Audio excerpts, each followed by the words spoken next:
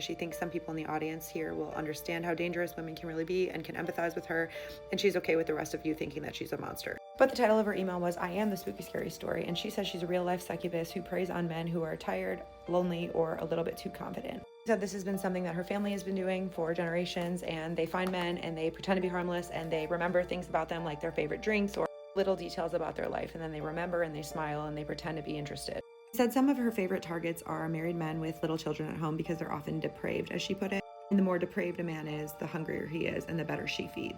But she said her grandmother taught her how to do it and her mother did it, and they didn't call it being a succubus, they called it drawing down. She says they taught her how to bathe with patchouli and clove oil, which makes men obsessed apparently. They taught her not to look at herself in the mirror, but to anchor herself in the mirror, especially during the act. She said different parts of men give off different energy.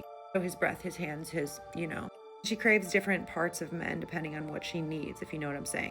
She says this is how she feeds. More than food, more than sun, more than water, this is what she needs. And she says she often goes for married men or people with something to hide at home because the guiltier they feel after continues to feed her. She said the first time she realized there was something to it, she was 19, she's 28 now, and she had relations with a married man, and afterward people were moving out of her way, they were complimenting her, and one woman looked at her and burst into tears immediately. It was like she knew, and she felt a physical shift in energy. She says there was a man recently with 3 small kids and a baby at home, and you could practically smell the desperation on him, and after the fact, she left a lipstick stain on his collar because she wants him to feel guilty, and she wants the wife to